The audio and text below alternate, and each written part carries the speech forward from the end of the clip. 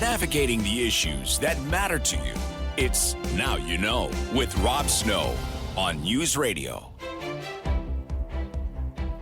Welcome to the show. I am David Smith. Rob Snow is off today. This is Now You Know on News Radio.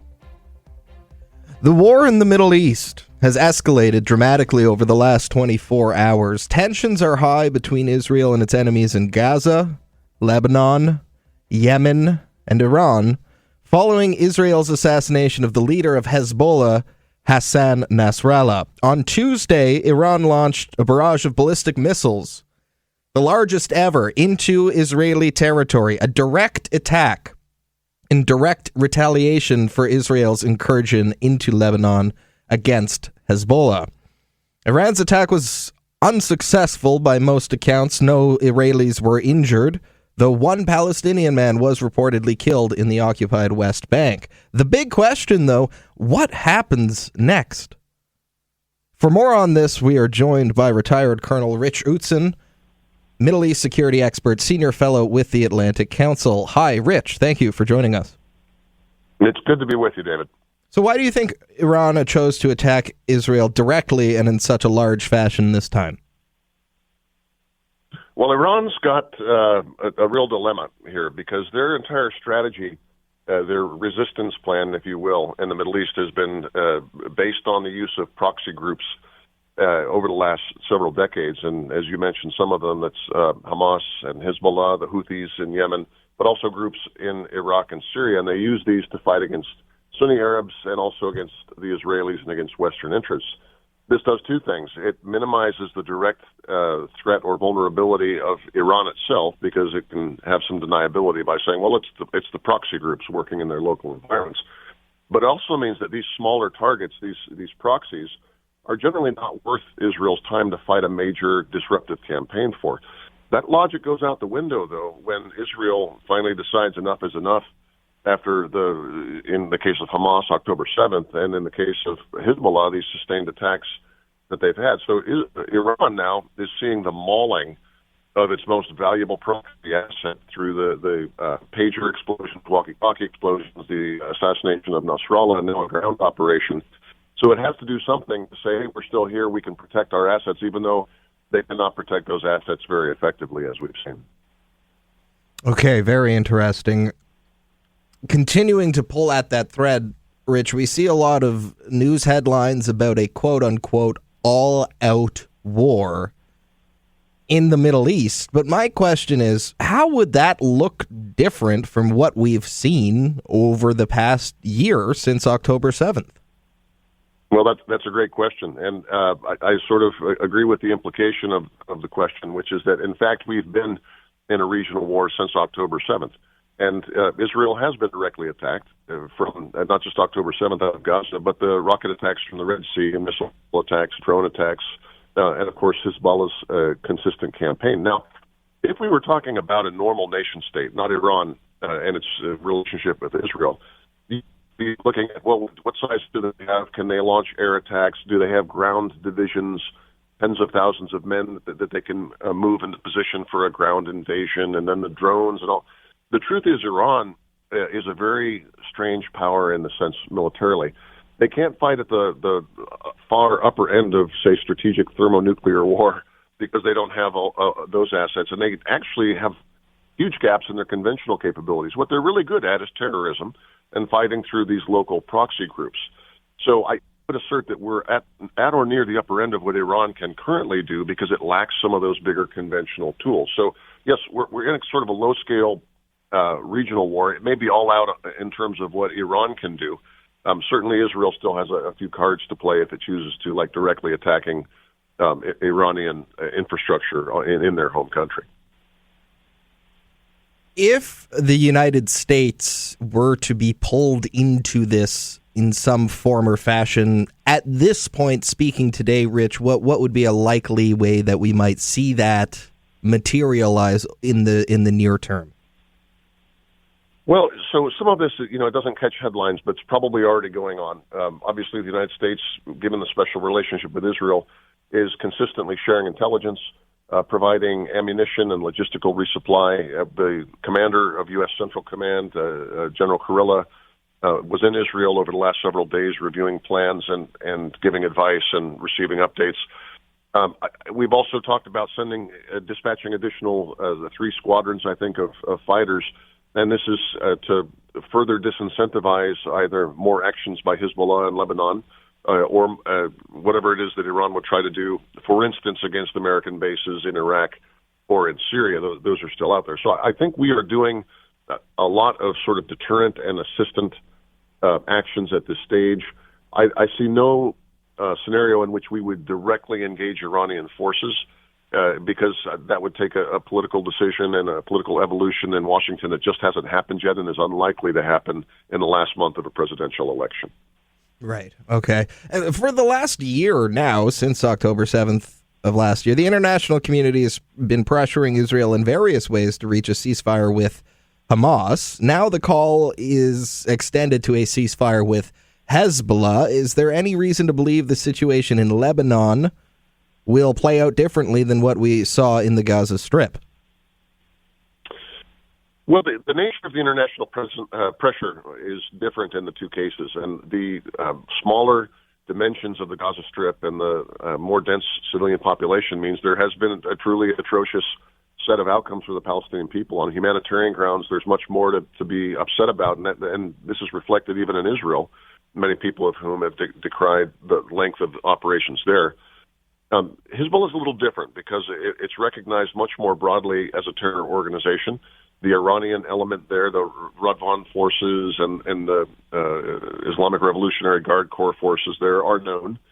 So there's a little bit more tolerance, if you will, or patience for international observers to say, okay, we understand that Hezbollah has posed a threat specifically to Israel, and there's not as much a civilian population as they're hiding around.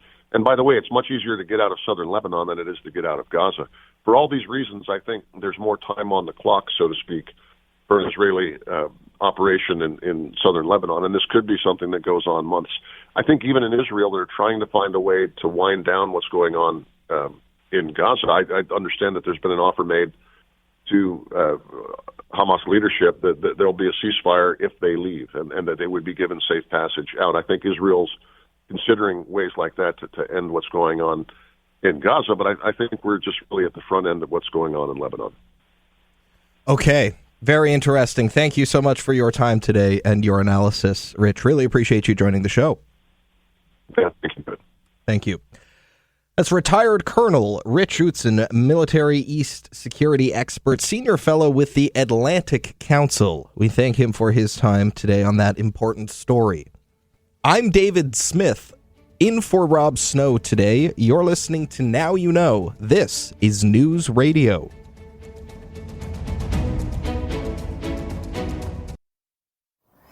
Critical thinking is not dead. Now You Know with Rob Snow Returns on News Radio. I'm David Smith, in for Rob Snow today. Thank you for joining us. This is Now You Know on News Radio. We're going to talk about immigration now. Immigration and Canada's population growth have been all over the news all summer long. I don't need to tell you that. Lots of different ideas, lots of different perspectives on the immigration file, and lots of finger pointing as well. Oh yes, provinces pointing fingers at the feds, feds pointing fingers at the provinces. There's never enough money, and around they go. Too many people, not enough homes, hospitals, or schools. That's the rub of the problem. I have no problem with immigration. Most Canadians have no problem with immigration, but you can't ignore some of the social pressures that come from expedited immigration and population growth over a short period. This is the predicament in which we find ourselves today. Of course, the federal government, the Trudeau Liberals, they maintain that without a high level of permanent immigration, 500,000 people per year, thereabouts, is the target from the Liberals. They say without that, Canada's economy will tip into a recession. Temporary residents have become really the focal point for government action on the immigration file. too many temporary residents. Permanent residents necessary. You can set targets. You can fill those targets. You have more control. But the temporary residents, specifically temporary foreign workers and international students, their numbers can fluctuate a little bit more. The policy levers are not as exact on that stream. So reducing the number of temporary residents has become a forefront of government action on this file. Now, a brand new poll, national poll out today from Leger, has some insights on how Canadians are feeling about the immigration file these days. The poll was commissioned by our friends at Omni News. They surveyed immigrants about Canada's immigration policies. People who weren't born in Canada, and a majority of those surveyed who immigrated to Canada themselves think that the international student program specifically has gotten a bit out of control. With more, here is City News correspondent Dilshad Berman. Since the beginning of the year, Canada has been making its policies around its international student program more restrictive, including reducing the number of study permits it gives out to foreign student applicants. A new poll by Leger, commissioned by Omni News, says a majority of immigrants are in favor of stricter policies. We've seen applications at our institutions down 54%, and that's well beyond the number that was identified by the government as a target of 35%. I don't disagree with the need to cap. I disagree with how turbulent the rollout has been. There needed to be a lot more consultation with the actors involved, including the educational institutions and the colleges and the private colleges. All the players who are involved need to be able to work together to deliver the real benefits of the immigration system and the international student system. Some current and former international students say it's very apparent some of the changes will make it harder for them to stay in Canada, like having to reprove English language proficiency in order to get a post-graduation work permit. Having now again to prove something that you have already done, which is financially stressful, mentally it's stressful. So adding all of that together kind of, adds to the complexity, and I think it makes status even more precarious. Another student from China feels the business degree he came to Canada to study for won't be competitive enough in this new climate. Doing a master's degree is like a mandatory thing, for me. But an Omni News poll of 1,500 people who were not born in Canada shows 67% of immigrants support stricter policies on the international student program, with 23% opposing stricter rules. When asked if the current and proposed measures are sufficient to prevent abuse of the program, 50% said more measures are needed, while 26% said policies like capping the number of international students and reducing their full-time working hours are enough. I think that cutting their working hours and cutting the number of them is one way to minimize the number of students who might be coming over under false pretenses. But Sue also says the policy does not take into account the differences in institutions and programs, which have varying demands on a student's time and energy with regards to working hours. We can't be talking about this really large group with extremely different interests in this one blanket way, and we also shouldn't have policy that deals with it just like that, so strictly. We have more from this poll with New Canadians on our website, citynews.ca. For City News, I'm Dilshad Berman. Yeah, very interesting results from that poll, if you want my opinion. Found 2/3 of immigrants, particularly those who have been in Canada for more than 6 years, particularly those who have been here for longer than 6 years. That's the group that backs stricter international student policies. And where the support for those policies jumps to 77% among the South Asian community. 8 in 10 immigrants believe immigration will be an important issue in the next federal election. Well, I should say so. And over half of respondents to that poll for Omni News said immigration policies put forward in the next election will influence the way that they vote. So on the one hand, on that file, the government of the day, the Trudeau Liberals, have been taking action on the file, but they are caught between the rock and the hard place on immigration, because to acknowledge that population growth is a big problem is also to acknowledge that they are the government that has overseen that problem cropping up. On the other hand, Pierre Poilievre has said he will tie population growth, immigration, permanent residents to available social infrastructure, housing, roads, hospitals, and homes.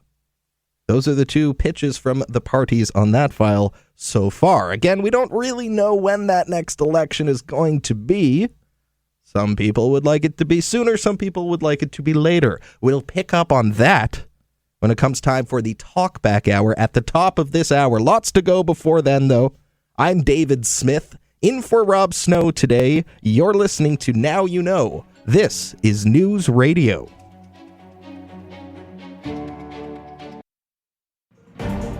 Now You Know with Rob Snow continues on News Radio. Thank you for joining us. I'm David Smith, in for Rob today. Coming up after the bottom of the hour, it will be the Newsday panel.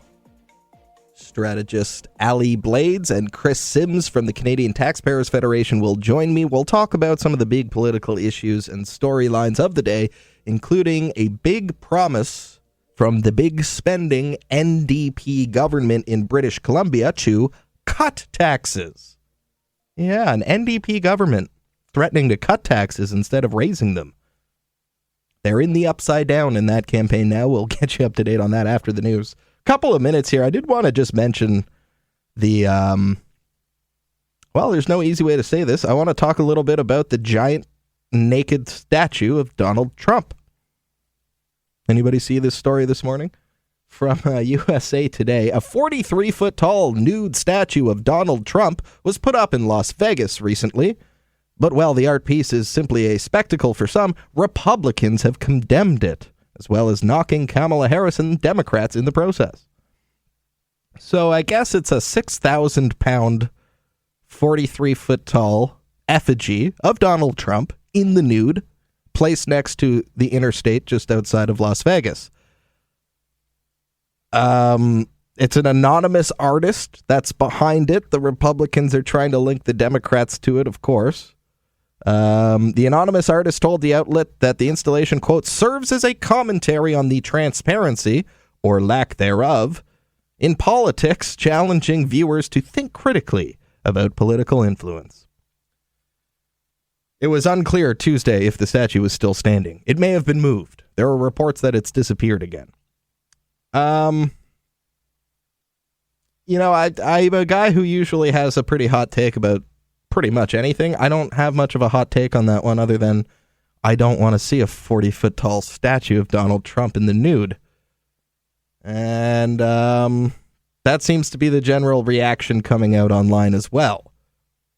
However, the Republicans are determined to make it a political issue. The Nevada GOP statement says Democrats are trying to, quote, prioritize shock value over substance. Well, that may be true. There's a lot of shock value there, but the thing does weigh 6,000 pounds. I would say that's a bit of substance as well. Anyway, that's just a wacky political story from our friends south of the border. Hang in there, my American friends. Hang in there. November is coming soon enough. I'm David Smith, in for Rob Snow today. Newsday panel coming up next. This is News Radio. Now You Know with Rob Snow continues on News Radio. The Newsday panel. It's time for the Newsday panel on a very busy news day. I'm David Smith, sitting in for Rob today. Thank you for joining us. And joining me on the line right now, we have Chris Sims, Alberta Director with the Canadian Taxpayers Federation. Hello, Chris. Hey, thanks for having me on. Oh, thanks for taking the time. We also have Ali Blades, our resident commentator on all things BC politics and campaign strategist. Hi, Ali. Hi, David. Hi, Chris. Hey. So let's talk about the BC election. It's heating up, really heating up. Just about two and a bit weeks to go now until voting day on the 19th. The new Democratic Party leader, David Eby, is promising to cut taxes. What a concept, eh, Chris? A tax cut to help the middle class cope with the rising cost of living. Starting with a $1,000 check for most British Columbian households, he says it'll be 90%. That's if the party wins, of course, on October the 19th. So, Chris, I'll start with you from the Taxpayers Federation. What's your reaction to that news? Well, we're always happy to hear about lower taxes, but what's super annoying for taxpayers is that they have to wait until these politicians' jobs are threatened before they actually pipe up and do something about it. So this is in relation also to Premier David Eby suddenly deciding that he no longer likes the carbon tax in British Columbia, when he was one of the biggest cheerleaders for the provincial carbon tax in British Columbia for years on end. And now all of a sudden, oh, wait a minute, there's an election. I have to answer to these little working people whose lives I've made unaffordable. So we'll take it. This is good news. But I can understand the wrath coming from taxpayers where they only get to hear promises like this every 4 years or so. Allie, over to you on the political side. What do you think this says about how confident the NDP are right now with the state of this race? I mean, they're pitching a tax cut pretty much out of nowhere. This is an NDP government, big spending NDP government, pitching a tax cut. What do you think about that? Well, the NDP and the Conservatives right now are neck and neck, and depending on which poll you see or which door you're knocking on, it could be the NDP or the Conservatives race to win. And so, Chris and David, you're absolutely right. These sorts of things always come up during the election period. In fact, the NDP had a renter's rebate in the 2017 campaign that they promised. In contrast, though, what we're seeing is a good, healthy conversation about affordability and lowering our taxes. Thank goodness we finally reached this point. In contrast, we see John Rustad introduce the Rustad rebate, which will kick in 2026 and then scale up in a significant way based on income. And then we're also seeing that, oh goodness, what was I going to say? The Rustad rebate, Tax and then I lost my... Oh my goodness, this one, okay, sorry, no. Don Rustad this week announcing that if they were successful in winning, that no new taxes would be implemented without a referendum. Like that's the contrast of fiscal responsibility that we're seeing between the NDP and the Conservatives. Yeah, you were going with that. The contrast, if I could jump in, the contrast is interesting there. I mean, Allie, you're on the ground there. You're in BC. Can you speak to how much credibility David Eby would have trying to make that contrast between him and John Rustad? Do you think that people are buying that, or has John Rustad staked out his territory? Does he own the affordability issue now? Oh, certainly not. But what we hear a lot is that he is no John Horgan. John Horgan had a great approval and favorability from all corners of this province. And then David Eby, when he became leader, so this is his very first campaign running for premier as a leader, that he hasn't necessarily gained any favors in this limited time that he's been the leader. There's the trust in flipping on the carbon tax, in flipping on the vaccine mandates, and then he'll say anything to win. And I think people are starting to pay attention to that. And you can't BS anybody, right? And so people are seeing right through that. And it's fishy timing, and the trust of these aren't NDP values, right? Whereas like you can trust that with what the Greens are saying, that they're holding true to what they've traditionally said. So they're on their similar path. For the Conservatives, they're a new party, but you're still figuring out that these are the values that you can rely on, and they won't shift lanes depending on what the polls say or if you're at risk of losing a seat. Okay, Chris, in your experience at the Canadian Taxpayers Federation, what is the general track record with a out-of-nowhere pre-election promise for a tax cut when it comes to a new government coming in and fulfilling those promises? What kind of track record is there just across the board on that? Is it common to see those things actually come true?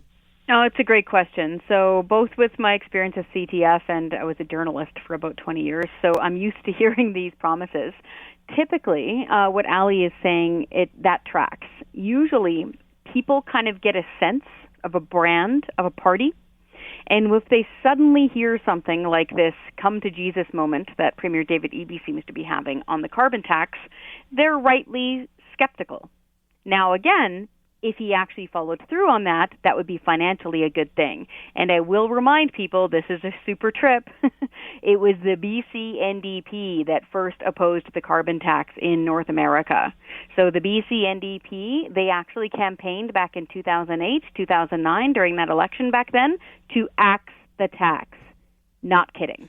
So they were opposed to the BC carbon tax back then. Not kidding at all. So whether or not people believe them, I mean, that's up to voters. What we're super happy to hear is things like the Taxpayer Protection Act promise coming from the BC Conservatives, because here in Alberta, we've had that thing for years, and it's what protects us from a PST from happening here. That's why we're the only province that doesn't have one, because we have a Taxpayer Protection Act. So that's a really good move. Okay, we have to stop here. We'll be back right after this short break. We'll keep talking about the BC election debates.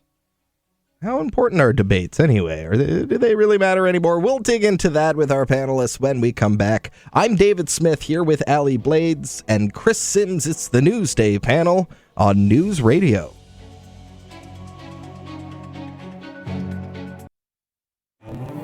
There is no question Rob won't get answered. Now You Know with Rob Snow continues on News Radio. David Smith here in for Rob Snow today. This is the Newsday panel on News Radio. Ali Blades is with us, as well as Chris Sims from the Canadian Taxpayers Federation. BC election, lots of provincial elections going on right now, actually. I think there's 4 of them going on at the same time. But the BC one is coming up fast, October 19th. And there's a debate. There's 2 debates, actually. The party leaders are going to debate in BC on both cable television and on radio. Last night in the U.S., the vice presidential hopefuls went at it on cable TV as well. And, of course, we all remember what happened at the first presidential debate with Joe Biden, the subsequent debate with Kamala Harris. So, Ali, I'll start with you. How important is a candidate's debate in an election in the year 2024? Are these things still holding the kind of sway that they used to? Oh, absolutely, but I think for different reasons. So, in fact, the radio debate is happening right now. And then we have in fact, those leaders are then just going to walk across the street and go to a Greater Vancouver Board of Trade event where they will continue on in their debate. I think before it used to be that it was the only platform to figure out what the leaders would say, one of the very few. And now with social media, you're constantly being bombarded with the various announcements and policy shifts and whatnot. But then now the debates are used very differently. It's not the first time people are hearing the policy announcement, but rather a further explanation, to be able to defend that policy amongst your competitors as well. And then there's a layer of, and this one's super duper important, the moderator, because the moderator is going to be able to cut through the political nonsense of what is spin versus what is factual. And these are typically journalists, right, that know their stuff and can say, you know what, actually, what the facts that you're saying aren't as accurate as you're trying to portray it to be. And then for the parties, these are critical moments where if they were trying to identify the ballot question, or if they were really trying to create a strong narrative around their candidate, this is the time to do it. They say that people really tune into politics closer to the election. I'd say, yes, that's mostly accurate, except for when we're in these big challenges and complex needs for healthcare and affordability. People have been paying attention to what's happening in their bank account for a very long time. So I think with this particular election in BC, both debates are going to be very interesting to watch, especially since we've had a lot of political theater happening for the last 2 months with parties suspending their campaigns. And now we're getting back to the core of good policy discussion. Interesting. Okay, so Chris, when I think about a guy like John Rustad and the BC Conservatives, he's not that well known as a candidate, despite being neck and neck with the incumbent, with the premier. At a debate like this, what's at stake for both of these parties? What are they trying to get out of it? Well, I think a lot of what Ali said there is valid, but also from an average person's perspective, they're not marinating in this stuff like we are. I think we're all safe in saying that we're all political nerds. We're at our meeting right now on the air, so it's nice of you to host this. So normal people, average people, are busting their butts trying to cover their bills, trying to get their kids to school, trying to make sure they're not missing the school bus, trying to make sure they got dinner on the table. They don't have time to pick through the minutia of these party ideas. What I do love about debates is that when the average folk tune into them, it's the first time and only time often they get to watch the candidate live, on air, not clipped. They have to answer the question or fail to answer the question, and they get a feel for them. They get to see their tone. They get to see their mannerism. They get to see if they act like an awkward jerk or not. So these sorts of debates can really set tone with average people. I often refer back to the very famous moment when then U.S. President Ronald Reagan made such a great joke that his opponent just busted up laughing, laughed along with him. And he definitely won the election at that moment when he said, "I will not let my opponent's youth and inexperience bias my, opinion of him." Yeah. Because he was joking about age. And I think that these live cable news or, social media type debates where people can really get an eyeful of these people, long form with no interruptions, are super important for that. And Ali, just quickly on that, who do you think would have more at stake in a debate like this? I have to say it would be John Rustad, simply because David Eby's had the benefit of being in government. People know him a little bit more. Would you say that John Rustad has more to lose and possibly more to gain coming out of these debates? Oh, that's such a hard question, David, because they all have their own issues to present to voters. In a very quick analysis, just because John Rustad is new in this leadership position, and he's been the target for a lot of misinformation about things that he said too. He has to really balance that with David Eby. His favorability hasn't been that great, so he's almost like recreating himself. And then with Sonia Furstenau, now with all of these independent candidates that are on the ballot, there's really a potential here for this curveball of the center vote and these her policy platform came out yesterday, and there's a lot of stuff in there that would have overlapped with the BC United, and so there's a shift there, meaning that all of them really have a lot banking on these debates. Okay. All right. We have to stop here. We'll talk a little federal politics. When we come back, Ali Blades is with me, campaign strategist, commentator on BC politics. Chris Sims from the Canadian Taxpayers Federation. I am David Smith, in for Rob Snow. It's the Newsday panel on News Radio.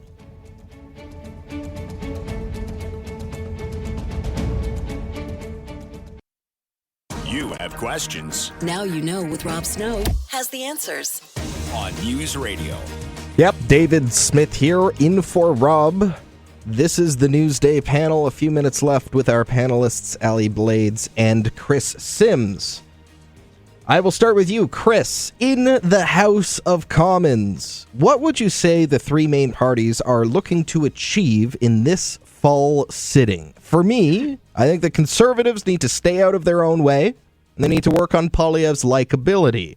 I think the Liberals need to come up with a new story about the economy to sell to Canadians, and the NDP needs to figure out how to do something to leverage discouraged Liberal voters, but I'm not sure they can do that just because their party leader is so terrible. Those are my hot takes for you. Chris, what do you think? I think the Conservatives are going to try their very best to bring down the government ASAP because, of course, Mr. Poilievre has been riding high in the polls now for a while, so they want to pick that fruit while it is ripe.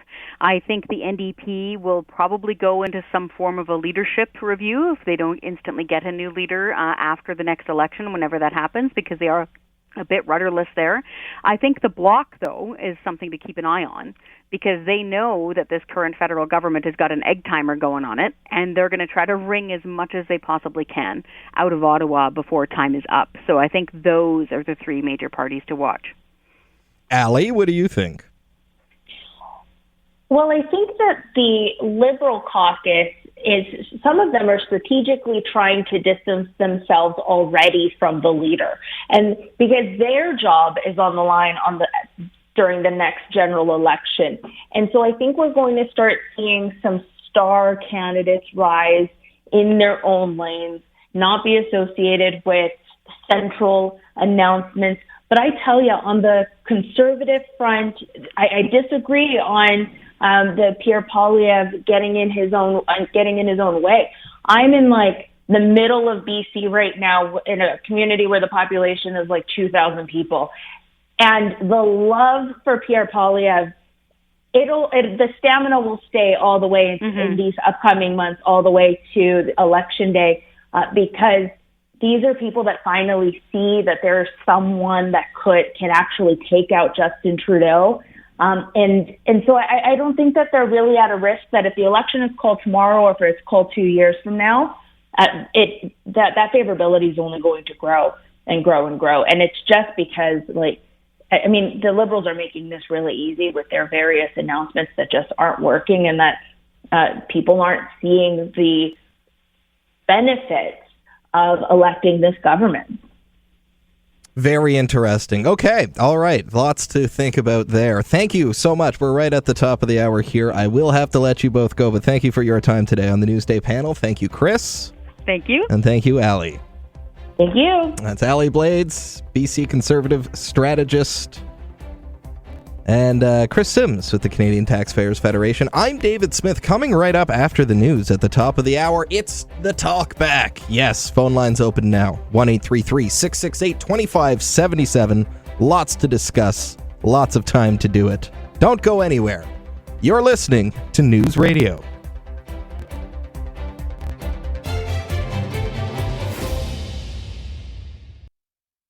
It's time to talk back. On Now You Know with Rob Snow. Call now. And have your say. 1-833-668-2577. 1-833-668-2577 is the number to call. I'm David Smith, in for Rob Snow today. Thank you for joining us. Every line is available for you right now. Call in to have your say on the air. That's why we call it Talk Back here on News Radio. I'm filling in for Rob today. I will keep you company for the next couple of hours, and I hope you'll keep me company too. Here on our new and improved Talk Back format. 2 hours to take your calls. Lots of time to really dig into the issues of the day. And I've got a couple of hot topics I'd really like to hear from you on today at 1-833-668-2577. Who's ready for an election? If you're a fan of this show, or a fan of politics, or if you have been just following the news at all whatsoever these days, then you know that the big question, sucking up all the airtime on national newscasts across the country right now, the big question, when will there be an election? When? Everybody's trying to figure out when. If you want to know what I think right off the top, it's going to be sometime between May and August of next year. I think the Liberals will likely prorogue Parliament after Christmas, come back in the spring, and go down on a confidence vote or just call an election after the 2025 budget, and then we're off to the races. But what I think is more interesting to talk about, rather than when is the election, it's not when will there be an election, but do you want an election? Do you want an election? Who's ready for an election? 1-833-668-2577. Do you want to go to the polls right now? I think that's an interesting question because depending where you are in the country, your answer might be different. In British Columbia, they have a provincial election. New Brunswick, provincial election. Saskatchewan, provincial election. They might not want to go to the polls. Here in Ontario, I'd be all for it. Do you want to go to the polls right now, or do you think it's just not time yet? If you woke up tomorrow, if you just tuned into News Radio and you heard us saying shock in the House of Commons as MPs vote to defeat the Trudeau government sending Canadians to an early federal election, what would your reaction be?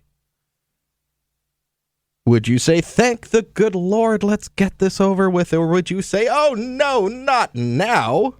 Now is not the time. 1-833-668-2577. That's the question for you today.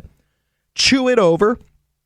Give me a call and let me know. Do you want to have a federal election right now? Why or why not?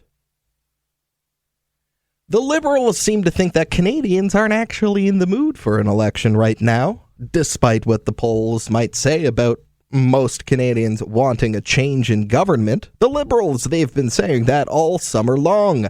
The Prime Minister said Canadians aren't, quote, in decision mode. The Finance Minister said similar things.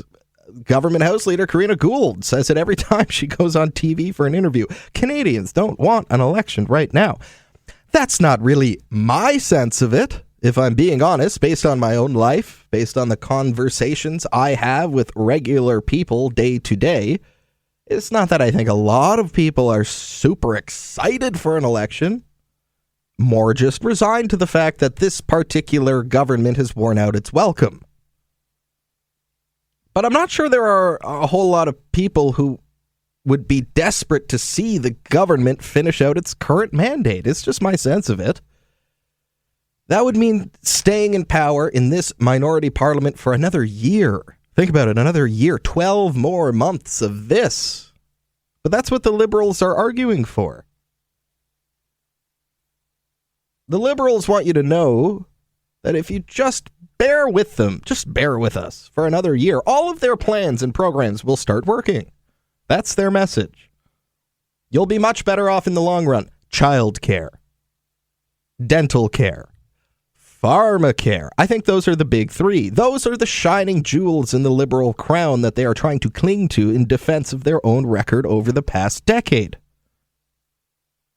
What I mean by that, to put it another way, if there was an election tomorrow and Pierre Poilievre was the Prime Minister and the Conservatives were the government, they would cut.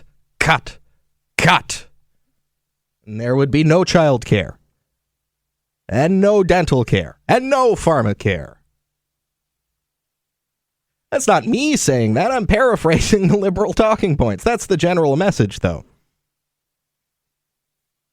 So what do you say? Are you ready for an election? 1-833-668-2577. Let's get to some callers here before we stop for our first break. Again, 2 hours today, lots of time to take the calls.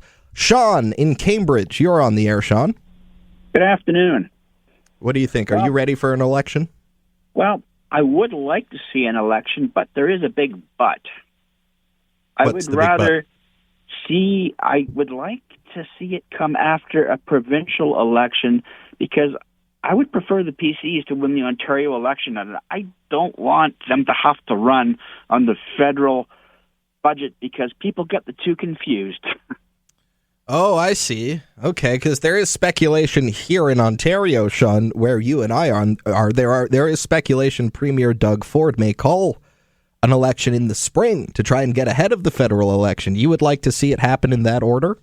I would, because people confuse the two levels of government, and I think, I feel sort of disenfranchised. I was an old PC supporter. I'm not as right-wing as the current Conservatives, and I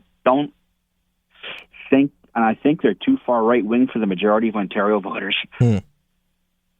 So you think that if they win the federal election, that could hurt the Conservative Party provincially? I do. Very interesting. But all that to say, if you woke up tomorrow and the writ had been dropped, you wouldn't be upset about that? You wouldn't cry, oh no! Well, I know I wouldn't cry. I'd hold my nose and I'd vote. Okay. Thank you, Sean. Thank you for weighing in. I appreciate that. Good. Take care. That's Sean in Cambridge. That's how it works. You call in, you have your say on the airwaves. I'm David Smith. We have to stop here for a short break. Everybody hang on the line. I will get to everyone's call here on the Talk Back on News Radio. We'll be back right after this. Have something on your mind you want everyone to know? Call now. Hello. 1-833-668-2577. It's Talk Back on Now You Know with Rob Snow. Who's ready for an election? That's the question today. I'm David Smith, in with you for the Talk Back on News Radio. Let's get right back to the phones. Up next is Jim in Black Falls, Alberta. Hi, Jim. Hi there. How are you doing? I'm fine, Jim. What do you think? Are you in the mood for an election? I don't see an election till next October. Really? Okay, why is that? The reason for that is the NDP and the Bloc will back the Liberals as long as they can to get some goodies. And I can see that. It'll be, but they have to go in October of next year. So one way or the other, they're gone. But are you sure? Are you sure the Liberals will put up with all of these demands, like from the Bloc, Jim? Are you sure that they'll go along with them? Well, they've put up with the NDP on all those issues, so I don't see why not. I've been voting since 1955, and every Liberal government that's been in power since then know how to win elections, but don't know how to govern. So if you woke up... do not have anything going for them. They put out things out there, and they have no idea what's going on. There's a common complaint. But, Jim, if you woke up tomorrow and it turns out we are going to an election, would that upset you at all? You're fine with that? Yeah, I'm fine with it, but I'm just saying the way that the NDP have no money to go for election, and the Bloc is trying to win some things off of the Liberals. Okay. So I don't see it, but if it comes, something has to give. Okay. Thank you, Jim. Thank you for your call. Thank you. I appreciate that. That's interesting because we've just been reporting recently as this morning, the Bloc have an Opposition Day motion.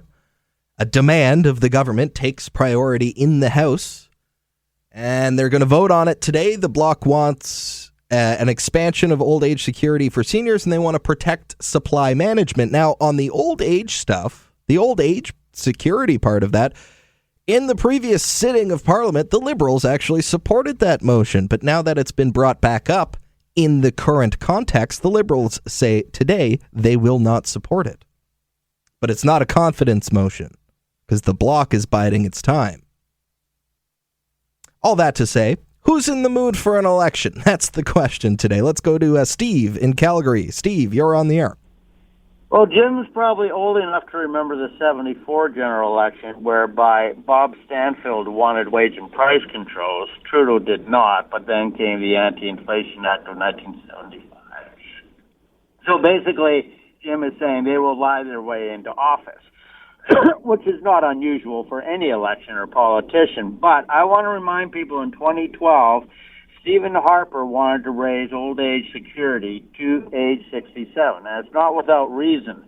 Not that people would read that comes out every 3 years, the Canada Pension Plan Actuary Report, but buried on page 183 says it's $1,142 billion underfunded. So I have two questions. One, I don't really know what that means, but unions do, because you'll often hear them talk about the unfunded liability part. And secondly, is Poilievre going to raise it to 67? And I need the media to pin him down on that, because I believe that's a legitimate election issue. Do you think it should be 67 or it ought to stay at 65? It actually should be 70. Wow. Okay. Because, listen, when it came in, average life, it was 65 in 1965, age was, okay, so now, but back then, you lived till like 70, 72, but now we're living to 80, 85. So you simply are putting so much stress on the young people that, to be fair, and we don't teach this in school, which is time and compound interest. If kids understood, you put $50 a week today aside, that's $1 million 40 years from now. But if you do 200, then that's $4 million, and then you have a proper retirement fund.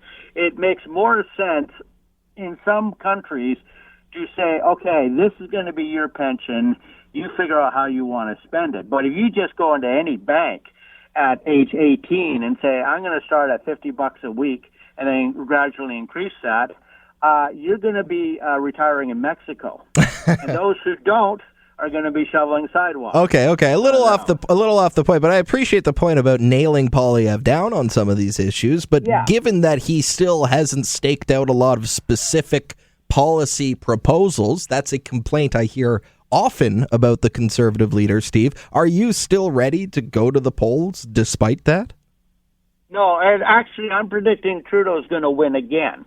And the reason I say that is because nobody's going to remember what I said today.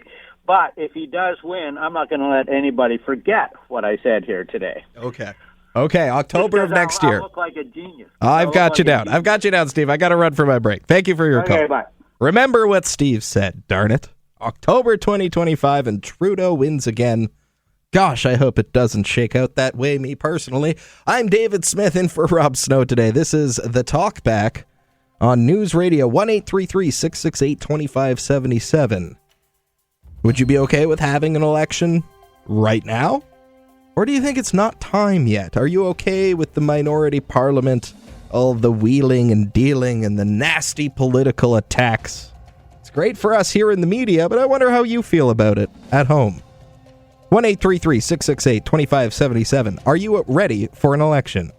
Give me a call, let me know. Here on News Radio. Want everyone to know? Call now. Hello. 1-833-668-2577. It's Talk Back on Now You Know with Rob Snow. David Smith here in for Rob today. Question for you on the Talk Back. At 1-833-668-2577. Some lines available. Lots of speculation about when exactly this federal election is going to happen. But what I'm curious about is, are you ready for one? If it is going to be an early election, that would mean sometime, I think, next spring or summer. Would you be fine with that? Heck, even if it was a winter election, crazy things can happen in minority parliaments, people. We've seen it before. But do you think that's the right thing for the country? To have a federal election right now? Why or why not? 1-833-668-2577. Back to the phones. Michael is in Cape Breton. Hi, Michael. How you doing today, buddy? I'm fine. What do you think about this? I wake up with night sweats thinking that Chucky could be Prime Minister of this country. You know, the people in this country, after 150 years, they got to start changing their train of thought and tuning into what's going on. And any disarray that's in the country now in terms of the economy and the sufferings that people are going on with no housing and you name it, it's there. Can you remember Chucky coming on? I'll axe the tax. That's the theme of his whole program. He'll axe the tax. Yeah, it's one of them. And you also remember back in time when Mr. Chrétien came out, when Brian Mulroney talked about the GST. And Chrétien came out, I'll crap the GST. And he didn't. Crap it when he got power? And he didn't. No. And that's exactly what Chucky and them will do if they obtain power. But I listened to one of your callers from out west, the older fella, that sort of try to condemn all little social benefits that are practically keeping 3/4 of the country alive today. Well, there's no evidence under of that, health but care okay. and the Canada pension and things like that. Yeah. I heard him more or less criticizing it, but I guarantee you this, if there's any benefits won because they hold the government up to pass a law that's going to make it a little better for the ordinary people, he would be one of the first in line. They're hypocrites. Okay, but we have to have an election at some time, Michael. It's a simple question. Do you think now is the right time? At a time, let it come in due course. In due course. Until that time comes, okay. Let them work together for the benefit of this country. All right, they're playing the music. They're playing the music, Michael. I gotta go. Michael. I gotta go. Thank you. I finally got it out of him. In due course. That would be October of next year. Another year of this? That's what Michael says. What do you say? 1-833-668-2577. I'm David Smith. It's Talk Back on News Radio. It's time to talk back On Now You Know with Rob Snow. Call now. And have your say. 1-833-668-2577. It's David Smith here, in for Rob Snow today. Thank you for joining us on Talk Back. Question for you. Who's in the mood for an election? There might be an early election. I'm sure everybody's heard that by now. What an early election means is it would either be realistically sometime this winter, maybe before Christmas, just after Christmas. I don't think there's a lot of appetite for that. But it could be in the spring, maybe May or June, just after federal budget season. I hear a lot of people saying, yeah, maybe next spring. But the idea of waiting out another year of the Trudeau government, well, for a lot of people, that sends them up the wall. Just curious what you think. Thoughts, impressions, opinions. Let me know. Let's get back to the phones at 1-833-668-2577. On News Radio, we have Wade in Sylvan Lake. Hi, Wade. Davey Boy Smith, how are you? I'm doing fine. What's your take for me today, Wade? I think if I woke up tomorrow morning and there was an election, I would be so happy. I think we need to get rid of the tyrant and get rid of Bill C-63 because it is absolutely incredible what they're trying to do there. And they know darn well that all of the things that they're putting in, all the ridiculous things, trying to control everybody and everything, it's going to take Pierre Poilievre so long to get rid of all that stuff. There'll be another election before he's done just getting rid of the damage that the Liberals have done. Right. You've touched on something interesting there, Wade. If the Trudeau government can finish its current mandate, they are going to pass more legislation. Probably not a lot of it, but they have 2 or 3 priority pieces that they can likely get through before next October. For you, you'd like to have an election so that they can't continue on the path that they're on. That's what I'm hearing. That's absolutely right. Okay.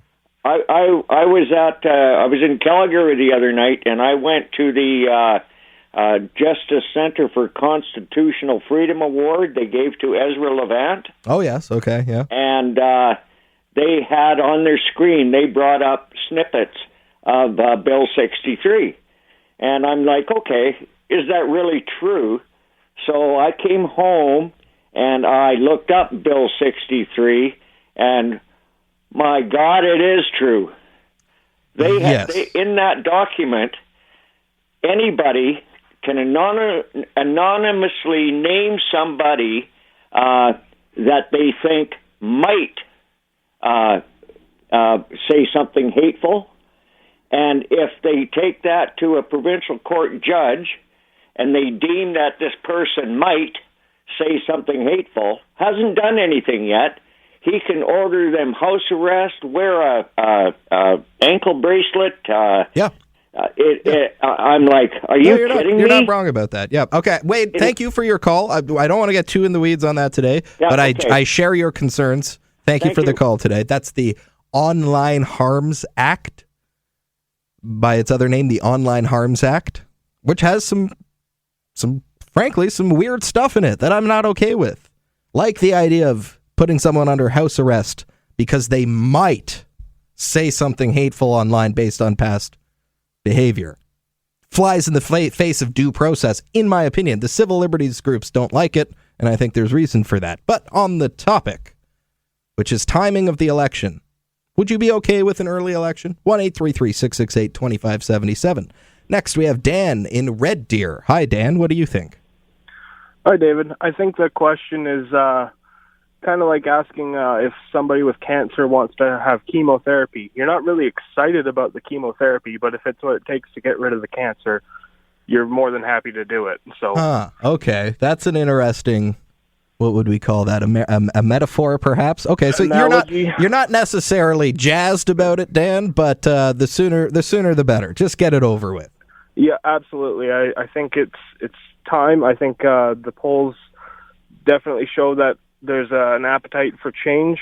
I think that the right course of action would be to recognize that all of your constituents for any party have an appetite for change and to give them the opportunity to vote for that change. At this point, seeing the polls that they all see, seeing the polls that everybody's aware of, and not calling for an election just says that you have ulterior motives that don't really align with Canadians. And I find it quite disingenuous when you try to act as if you still have a mandate to keep governing when all the indicators say otherwise. That's very interesting. Very thoughtful opinion there, Dan. If I can ask you, though, what is it that's giving you pause? When you say you'll kind of have to hold your nose and go for the early election, why aren't you, I don't know, excited about it? What's giving you pause? Well, I don't think that most Canadians feel as though their voices are heard during an election. We have a first-past-the-post voting system that very much, especially in Alberta and central Alberta even here, we already know which way everyone's voting for. So the point of voting at this point is kind of redundant in most areas, and there's very few swing voting areas where you feel that your vote actually does make a difference. I was very disappointed that even though the Liberals did run on voter reform, they did not do anything. Yeah. But the issue here is once you get elected, your incentive to change the voting system that got you elected vanishes. As we have seen play out with this Liberal government, of course. Yeah, and it goes like that for almost all governments. You don't want to change the formula that got you elected. So it's understandable. I'd like to see people take the voting reform as a serious election topic and actually use it. But at the same time, there's other issues that definitely play into your decisions, and I think it would be helpful if we got voting reform as a primary issue, but I don't think that it's necessarily going to be one until other things are set in order and we feel like that is the primary issue we're facing. Okay, and again, a spring election, an early election would be just fine with you, Dan. No, absolutely. No I see no reason at this point, given the polling numbers, to assume that they have a mandate to keep governing, and an election should be called once polling numbers get unilaterally. I wouldn't want to see one poller be able to trigger an election, but when all of the pollers are independently verifying that the mandate for the government has run its course, it should, I think, be able to trigger an election. Okay. They're for the people. It's supposed to be governing representative of the people, and when all the people don't want you, then I think it should force an election. Okay. Dan, thank you for your thoughts today. Really appreciate the call. No problem. Thank you very much. Thank you. That's Dan in Red Deer. I am David Smith. This is News Radio. It's Talkback. 1-833-668-2577. Couple of lines available there. Couple callers on the line. Hang on. I'll get to you in just a few minutes here. Lots of time to take the calls. An early election. Is that what's best for the country right now? 1-833-668-2577. This is News Radio.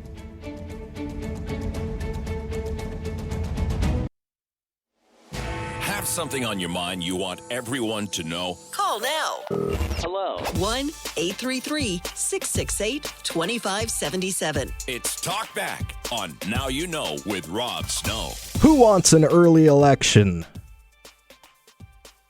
Would you be okay with an early election? Not waiting it out for another year with the Trudeau government? According to the Liberals, Canadians shouldn't want an election right now. If you really want an election right now, if you want to see the Liberals go, you've got it all wrong, so they say. Let's take a listen here to some of yesterday's question period in the House of Commons. In this clip, you'll hear veteran Conservative MP Michael Chong asking a question, and you'll hear Canada's Deputy Prime Minister and Minister of Finance in the Trudeau government, Chrystia Freeland, respond. The honourable member from Halton Hills, Wellington, Halton Hills. Mr. Speaker, the Bank of Canada has become the first central bank to cut rates because Canada has become the first leading economy to go through an economic contraction. Again, the Financial Times, for which the finance minister once worked, it said, quote, Canada's per capita gross domestic product has been shrinking 0.4% a year since 2020, the worst rate for any developed economy in the top 50. Does the government agree that Canada's per capita GDP is shrinking at the worst rate of any of the top 50 economies? Yeah. The Honourable Deputy Prime Minister and Minister of Finance. Mr. Speaker, our government knows that what matters to Canadians is inflation. And that is why it is so important that inflation was 2% in August and that it has been within the Bank of Canada's target range all of this year. And it is because of that progress that interest rates in Canada have come down 3 times. That is real relief to homeowners. That is real relief to businesses. That is real relief to anyone who wants to buy a home. But all the Conservatives know how to do is talk Canada down. I thought that exchange was really interesting when I heard it. The Finance Minister, Chrystia Freeland, says Canada's economy is on solid footing. She had reasons. That's what I hear her say there. Interest rates went down a little bit. Wages are growing. Inflation is at 2%. And those facts mean real relief for middle-class Canadians. But I would ask you, are you feeling real relief? Did you wake up this morning relieved that we still have a Liberal government managing this country so well? If I'm being honest with you, I didn't wake up feeling relieved this morning. I'd like to buy a home one day. I'm not feeling relief on that front. I'd like to save more of my money for the future. Not feeling relief there either. And it concerns me greatly that the Minister of Finance insists Canadians are feeling relief when I don't see any evidence of it outside the Liberal Party's talking points on Parliament Hill. That's why I would be fine with an early election. What about you? Let's go to Joe in Guelph. Joe, you're on the air. What do you say? Hey, David. How are you doing today? I'm fine. Yeah, I think there will be an early election because what's going to happen to Mr. Trudeau and Mr. Singh over the next few months, country will be surprised. Why do you say that?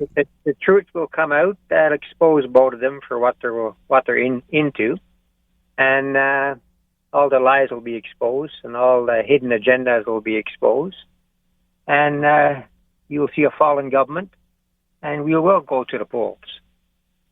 So you think it would be best for the country, Joe? It would be good for Canada to have an early election rather than waiting another year? Yeah, well, another year is not going to make a difference because these guys won't be around anyway. What's going to happen is you'll have lots to talk about in the next few months on your radio stations because what's coming is what Canada does not see what's coming. But it's all a big surprise. Okay. All right. Thank you, Joe. Not loving Joe's tone there, so we're going to move right along to Karen in Calgary. Hello, Karen. You're on the air. Hi, Rob. How you doing? It's David here, but that's okay. Oh, sorry, David. Karen, would you like an early election? Do you think that would be good for the country? I think it would Yes, it would be good for the country. It would be catastrophic if there's not an election before the 2025. Why Because is that? Alberta's at the point where we will separate.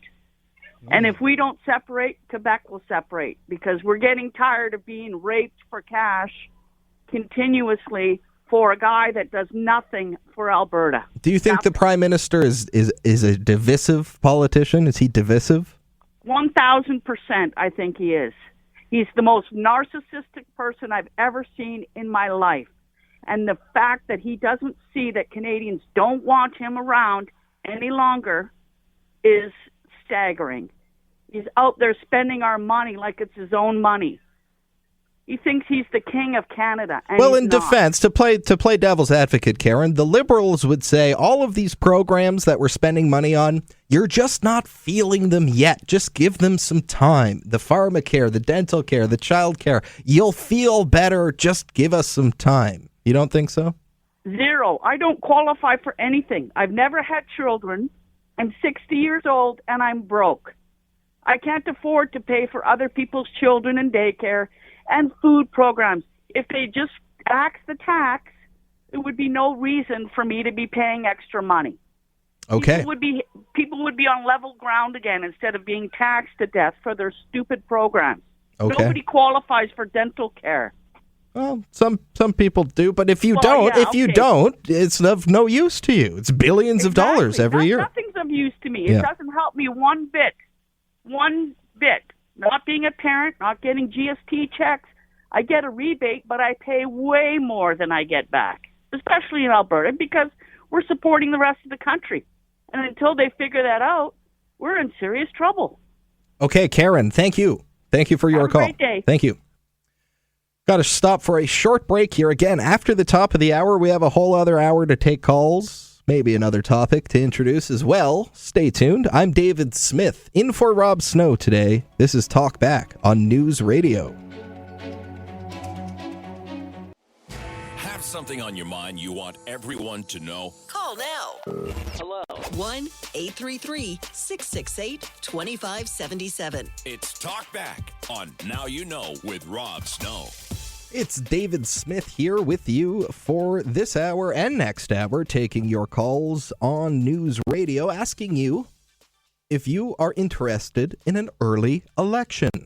Or would you rather see the Trudeau government wait it out until next October? Time for a quick call here before the top of the hour. It's going to be Carl, who's called in from Ottawa today. Carl, you're on the air. How are you doing, Mr. Smith? Love the show. Thank you. Yes, give me an election tomorrow. Could have had one 4 years ago. It can't come fast enough, in my opinion. So you're not worried about, for example, let's say the hidden agenda. The NDP are hammering the Conservatives on that. Oh, they're going to cut health care and cut pharmacare and cut dental care.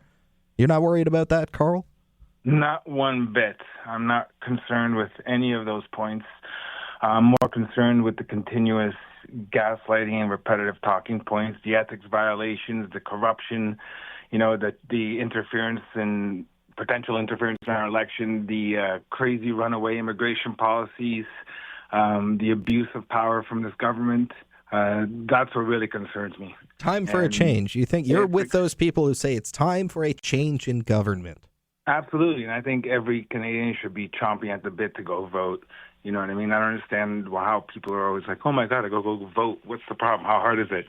Take a day, go, go and, practice your right as a free country to actually, cast the person that's going to lead you. So, or the party that's going to lead you. So, to me, yes, it can't come fast enough. And, I hope we all have the common sense to elect whoever we may want, but just go and vote. Vote. Don't stay at home. Okay, Carl, thank you. Appreciate your call today from Ottawa.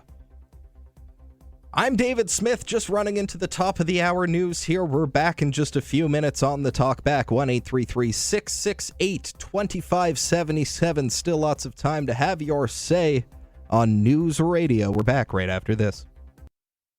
It's time to Talk Back on Now You Know with Rob Snow. Call now and have your say. 1-833-668-2577. It's Talk Back.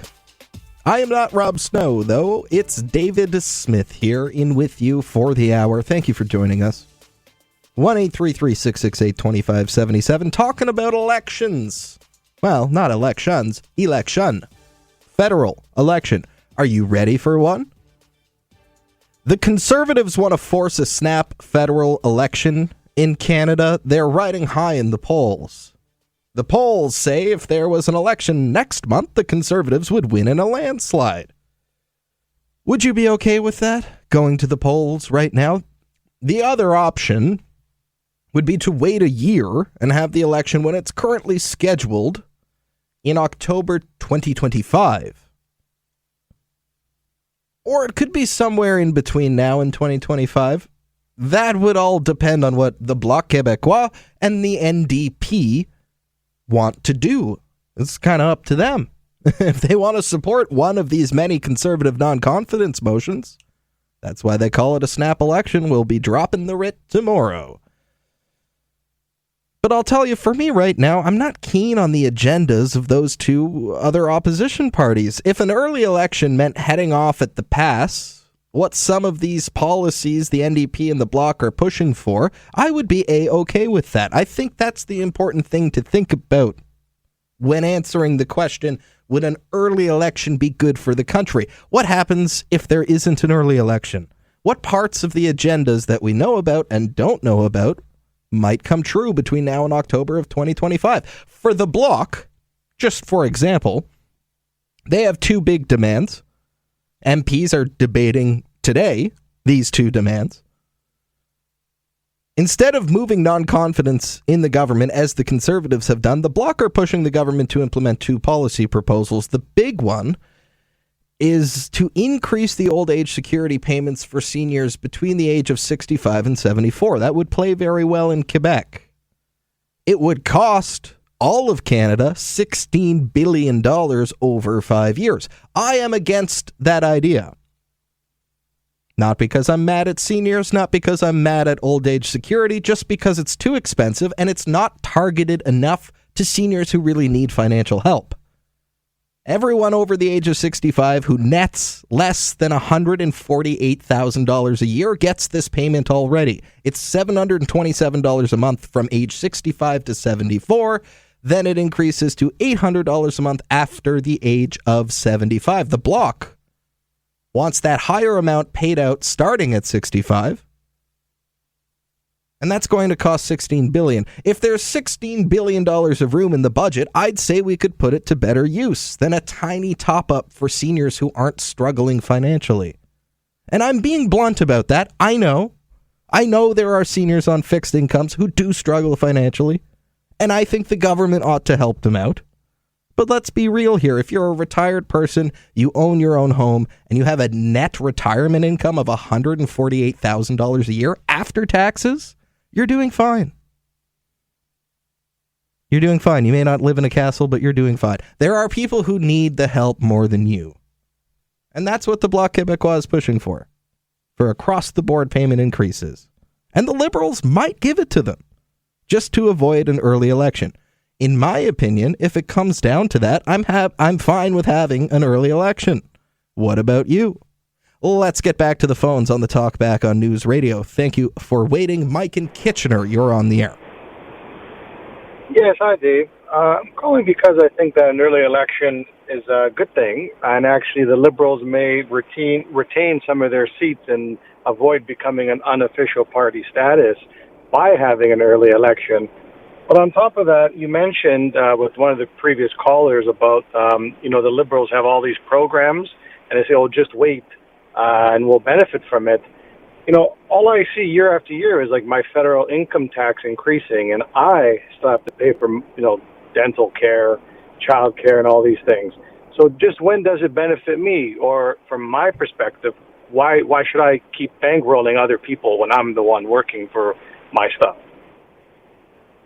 I mean, it's a good point you make, Mike. I can't really argue any more on behalf of the Liberals other than repeating their talking points back to you. But I'm on your side there. If you don't benefit from these programs, you don't benefit from them. So why would you want to wait for them to become more fulsome and get off the ground? Exactly. And, on that note, although I do think that some of the conservative talking points are good, like axing the tax, I just think some people are putting an excessive false hope that a lot is going to change, because ultimately the politicians are in it for themselves, and they're going to go with the populist trend, just like, discussing things like mass immigration is no longer taboo.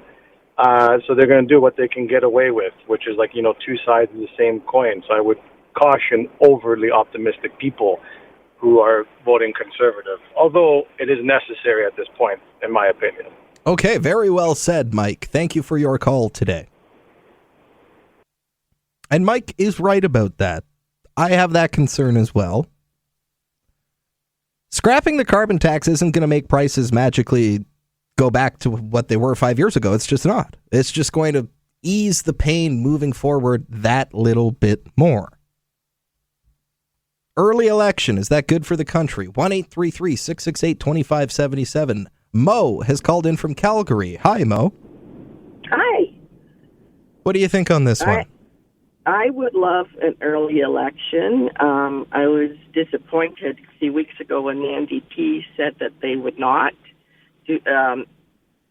vote for non-confidence because they want to hang out with the Liberals and get what they want before another election, and the Bloc as well.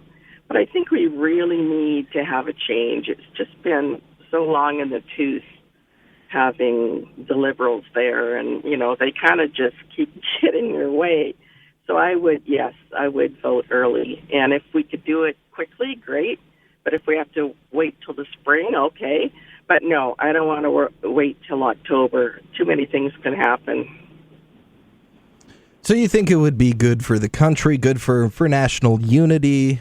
Do you think that this situation, Mo, we have in Parliament, I mean, if you listen to the show, you hear them going at each other every day, and it's nasty, and it's personal, and it's wedge issues.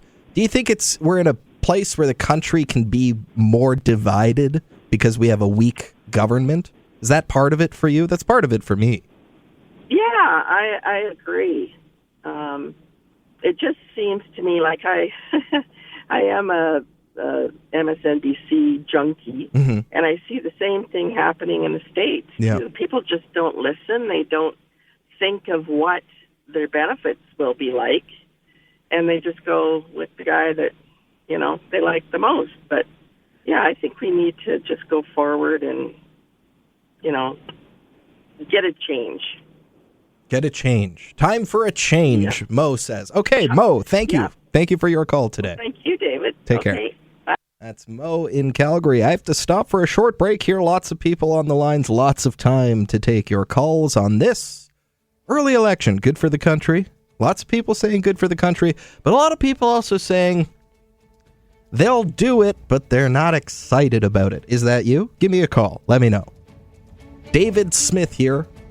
This is Talk Back on News Radio.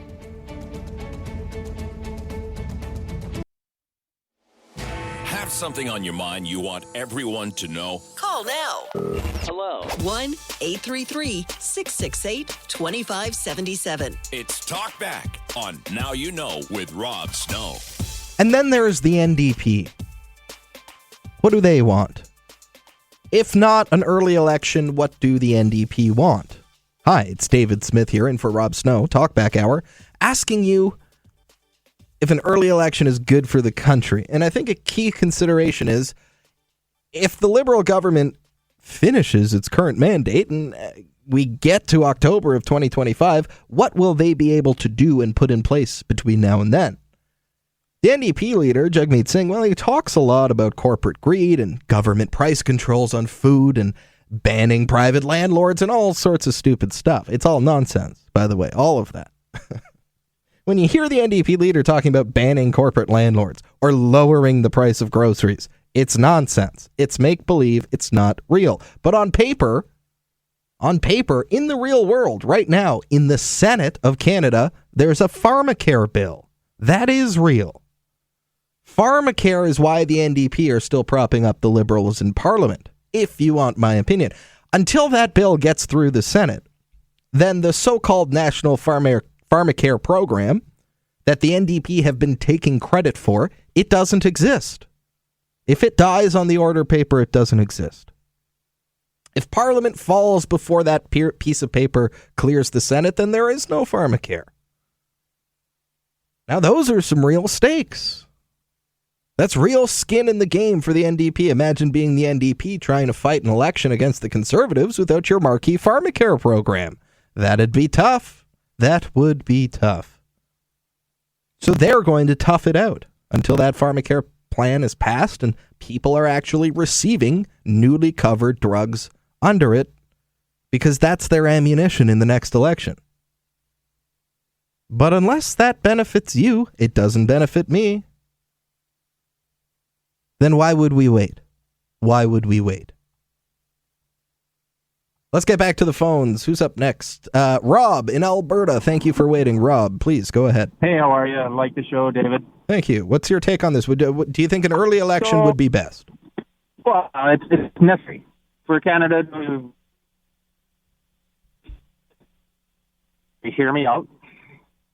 Sorry, Rob, repeat that, please. We just broke up with the phone there. They're not relative in Alberta. So, I mean, you have to think 4 years from now. Yes, an election's due, but this is the least popular that any of these parties have been years old. So we need a fresh 20. I'm sorry, Rob. We're just going to put Rob on hold. We'll try to get a better connection with him there. And we will bring him back onto air because he was waiting, but the cell service is just bad where he is. Let's try Bill in Calgary. Hi, Bill. Hey, how you doing, Dave? I'm doing well. Do you think an early election would be best? Yeah, I think there's pieces of legislation that are about to be proposed that are very detrimental to Canada. Bill 63, C-63 is a good example of that. Yeah. The No Pipelines bill, that really needs to go. There's legislation that needs to be trashed. I agreed with your first caller, though, too, that, Pierre Poilievre and the Conservative Party this isn't a come to Jesus with them. This isn't some sort of savior coming down to, clean the house out. Our expectations have to be lowered. I mean, it's not just about, what he wants to get rid of. I agree that the carbon tax has to go. I disagree with you. I think you'll see a relatively significant impact on some pricing. But a lot of the things that the Liberals have done, it's just not that simple to untwine them, right? So, to expect Poilievre to wave a wand and get rid of some of this legislation is just not that realistic. But that said, there are pieces that have been put in place that are really based on progressive ideology. And pharmacare, the one that you brought up, is a good example. I mean, the federal program is going to replace one diabetic medication, right? I mean, Alberta, for example, already provides funding for 11 different types of diabetes medication. So, what is the point of replicating programs that provinces are already engaged in, as opposed to simply funding them to enhance what they can achieve and what they can deliver? The lunch program is another example. That's a stupid program. Hasn't served one lunch yet. It's already cost about $500 million. And it's just replicating already existing services provided by provinces.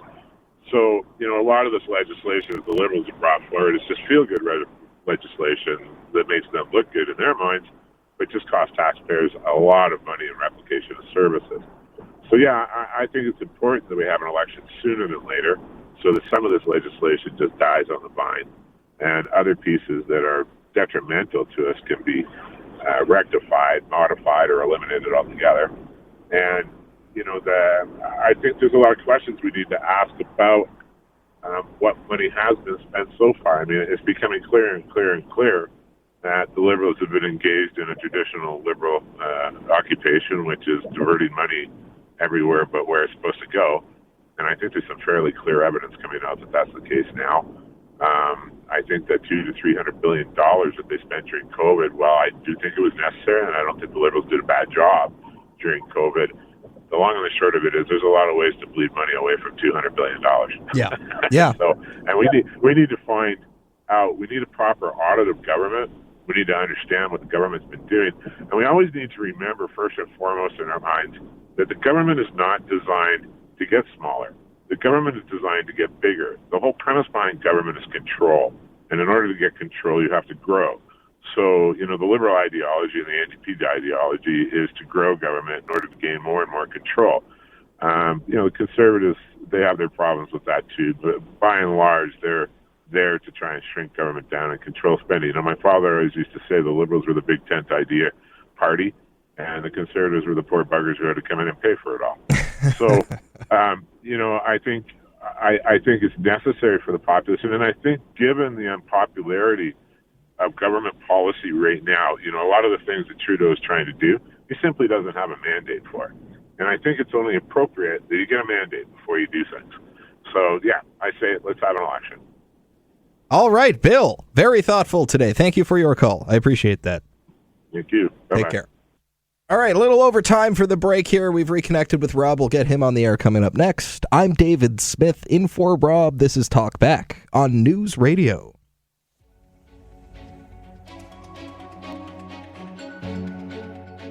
Have something on your mind you want everyone to know? Call now. Hello. 1-833-668-2577. It's Talk Back on Now You Know with Rob Snow. David Smith here, in for Rob Snow today, asking you if you think an early election would be best. We've reconnected with Rob in Red Deer here. Rob, go ahead. Yeah, sorry I cut out there. So I'll be short and quick. To me, yes, it's mandatory that we have an election. But the number one reason is to put the leverage back into the electorate's hands and remove it from the squabbling politicians that, in my lifetime, I'm 50. This is the least popular any political party's ever been in my time. And if you came to Alberta and you're Jagmeet Singh running at 17%, that's national. That's not Alberta. And then you got, Pierre Poilievre. The reason he's so popular is because everyone else is so poor. So the squabbling I see between our governments is because they're all seeking that leverage that they lost. And in the 21st century Canada, you have to be a lot broader than just your own fences, your own provinces. For instance, the Bloc Québécois, I can't even vote for them. So what relevancy do they play in Alberta? Yeah. And it goes on, but without, micro-picking it apart, the basic story is put the power back into the voters' hands. And that's why none of these politicians, Rob, I think what you're trying to say is if these leaders deserve to lead, they will make a compelling case to voters in Alberta at an election time. Well, not just Alberta. Everywhere, I wasn't born on this continent. Yeah. I'm an immigrant. So to be clear, I have no problem with immigration. I have a problem with no plan for immigration. Yeah. I don't have a problem with spending money. I have a problem with no receipts for spending money. Yeah. I think a lot of us do. Do these days, Rob. All right, we're running into our heart out here at the top of the bottom. We're glad we could get you back on the air, Rob. Thank you for your call. Appreciate it. Thank you. Take care. All right. Jeez, the day is just flying by, but we do have a whole other half hour after the bottom hour news. Everybody stay on the line. One line available, 1-833-668-2577. Again, the question is this.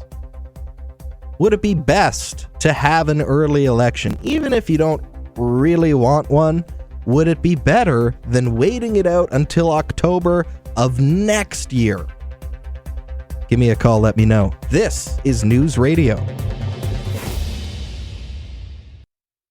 It's time to talk back On Now You Know with Rob Snow. Call now.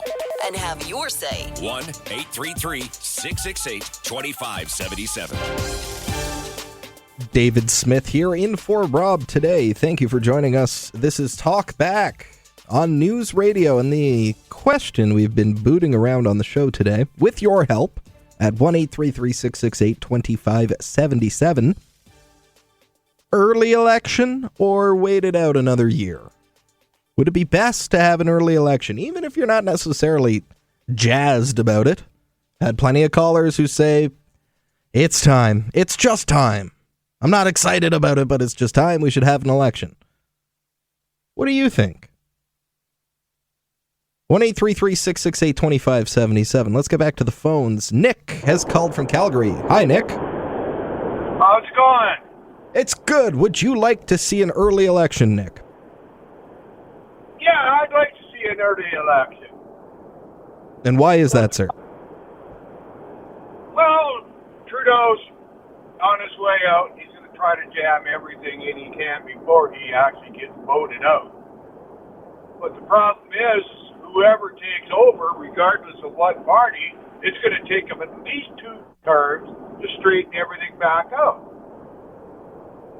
You think it would take that long? You think it would take that long? I don't know. I think a Poilievre majority government with a strong majority in the House, they could change a lot in 4 years with a majority. True enough. But then again, I could run for Prime Minister. I could promise everything and anything that the Canadians want, but once I get elected and find out, oops, I can't do that because of Parliament rules and all that.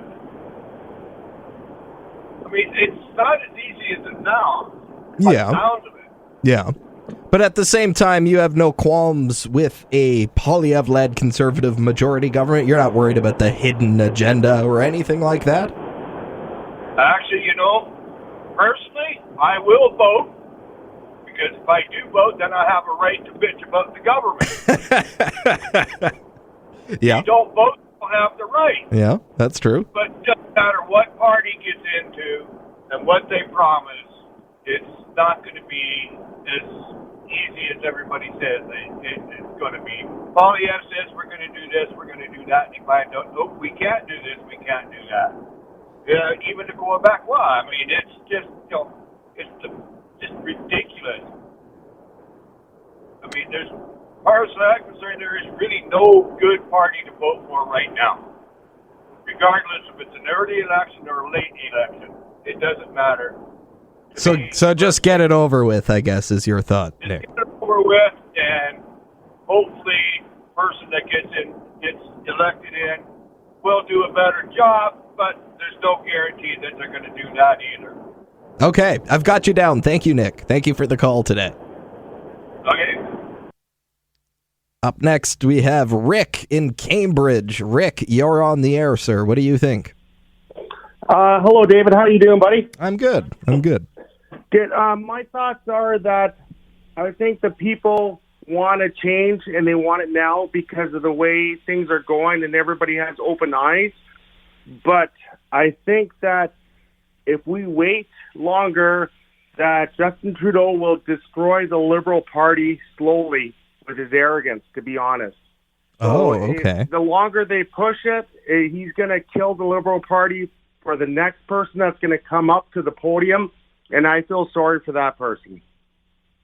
Okay, so you think that if Trudeau stays for a full year, it's actually going to be worse for the Liberals? Really?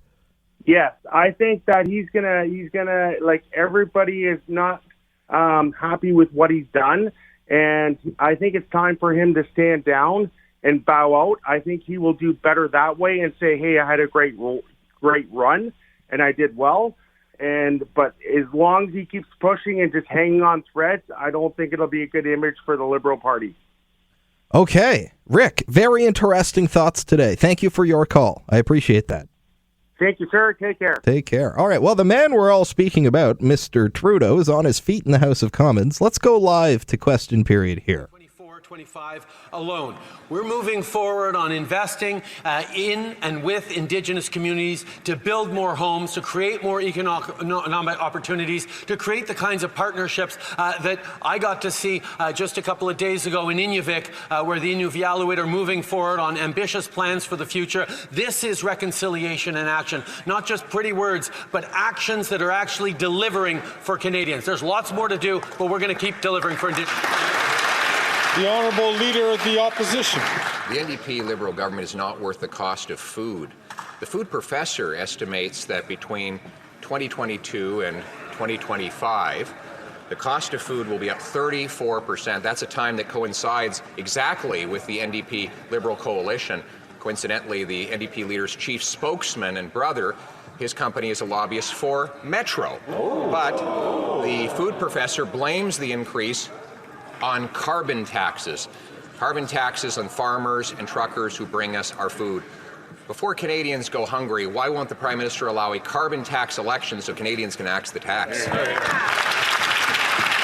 Right, Honourable Prime Minister.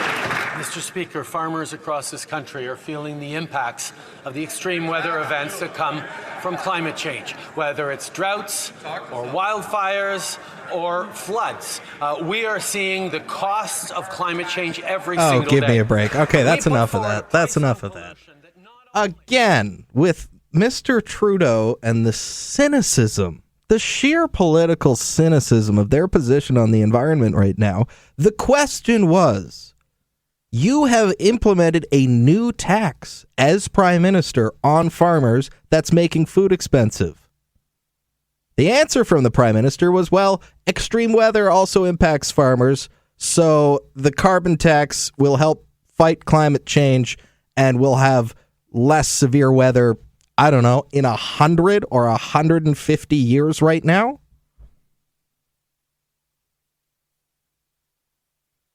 The carbon tax, Canada's emissions today, have no bearing on the weather that we have today. Whatever impact reducing global emissions will have on severe weather events will not take hold for another generation. And the Prime Minister knows that.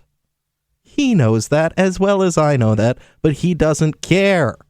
He doesn't care that his policy is unpopular. He doesn't care that its effectiveness is being called into question, because for him, it's about his legacy. He has to be Captain Climate. Thank God we had Trudeau all those years ago. He saved the world. Well, Canadians aren't buying it. And those well-worn lines from the Prime Minister are falling on increasingly deaf ears. We'll stop here. More calls coming up next. I'm David Smith. This is Talk Back. You're listening to News Radio.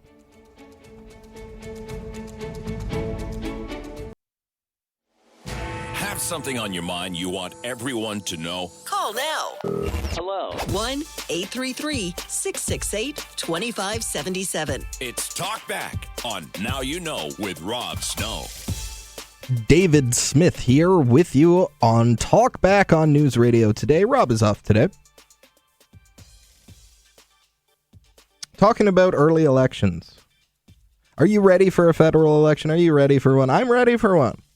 I'm an open book. You know that. I'm ready for one. Let's get it going. Not everyone feels that way. Would you like to see an early federal election?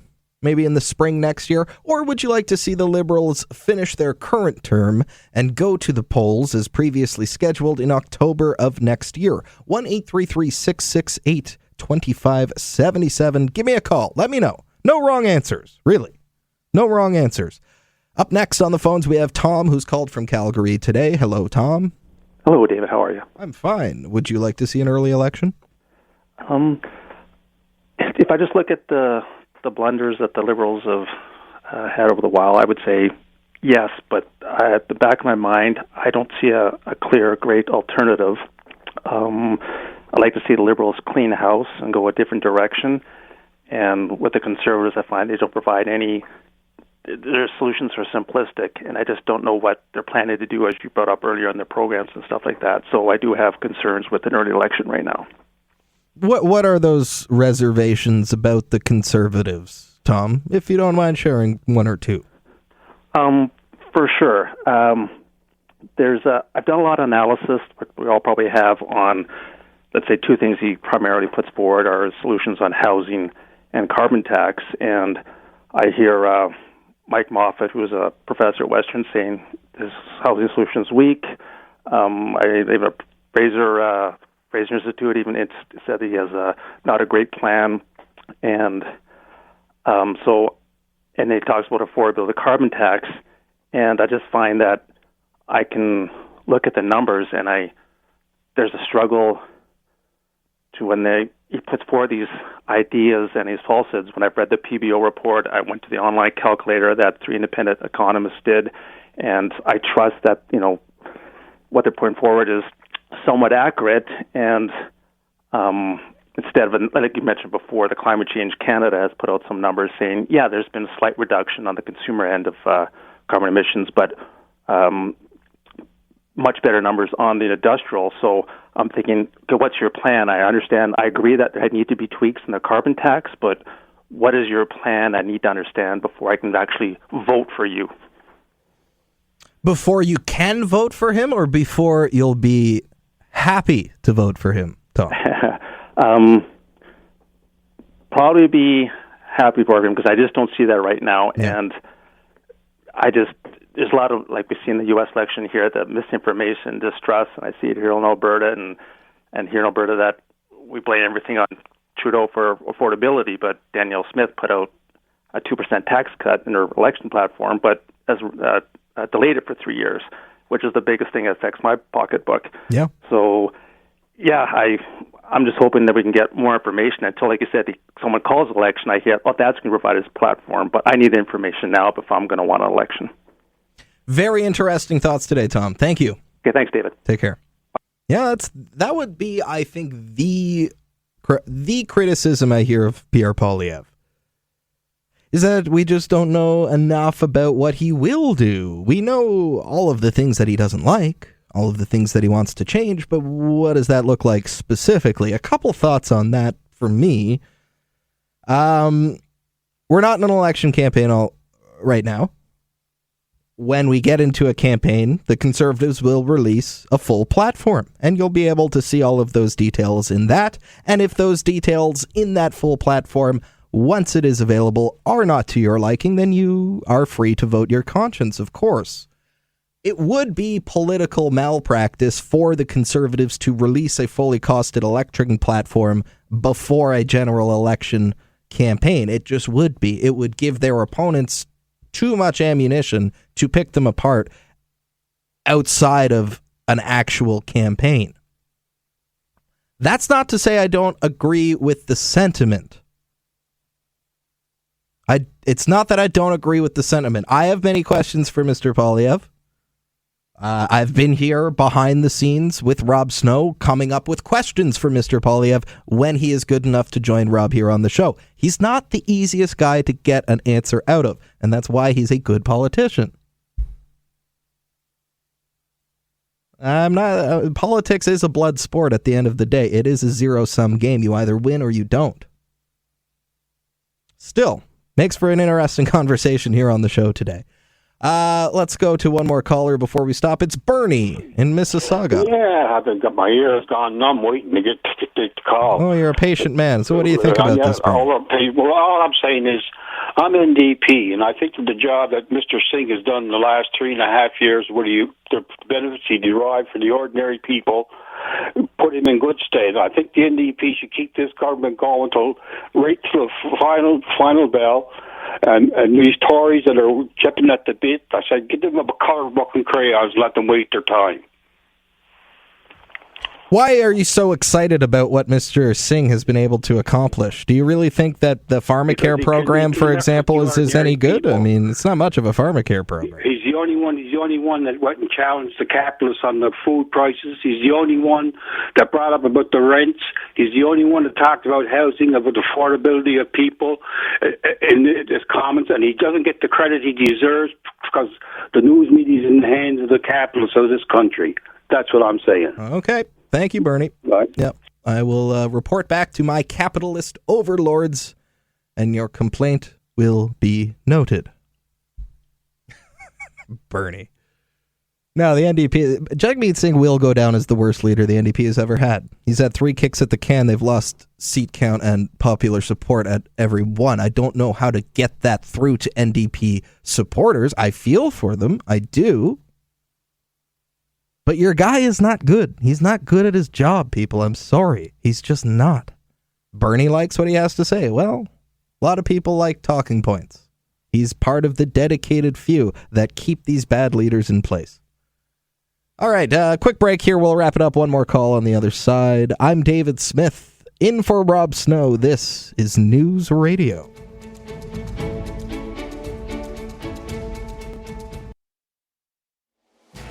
Something on your mind you want everyone to know? Call now. Hello. 1-833-668-2577. It's Talk Back on Now You Know with Rob Snow. It's David Smith here, winding down Talk Back for today. Very busy today, all day long on the issue of election timing. Who should be the leaders up on the next election. When should the next election be? Should it be in 1 year from now, in October next year, or should it be sooner than that?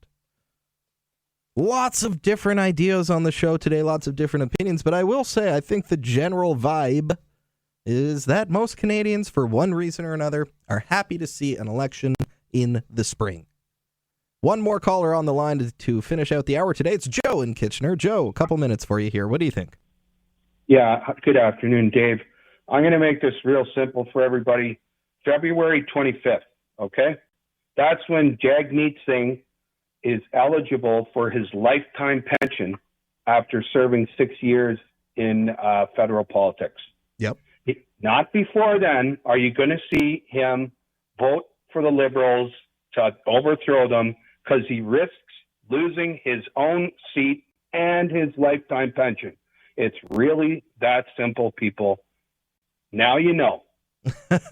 Okay, but Joe, I assume you would be fine with having an election as early as the end of this hour? You're fine to go to the polls? Absolutely. But we're not going to see one till March. Okay.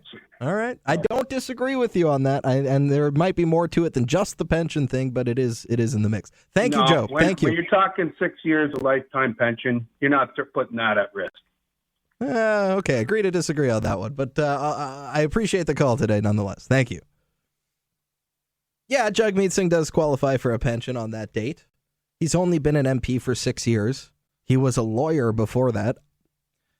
He's doing okay for money. I don't think that the MP pension is that big of a motivator for him. Not saying it doesn't motivate him. I don't think it's what he wakes up in the morning thinking about. I'll just throw that out there. Well, we are at the end of the hour here, folks. Thank you so much for all of those calls today. So glad we are doing 2 hours of talk back now on this program. I look forward to being back here either in this chair tomorrow or behind the scenes with Rob. And we'll have more topics to discuss, more news stories in the mix. And that will be less than 24 hours from now. With that, I'll hand it off to your local news teams. All of the latest breaking news is coming up next. Don't touch that dial. Keep listening to News Radio.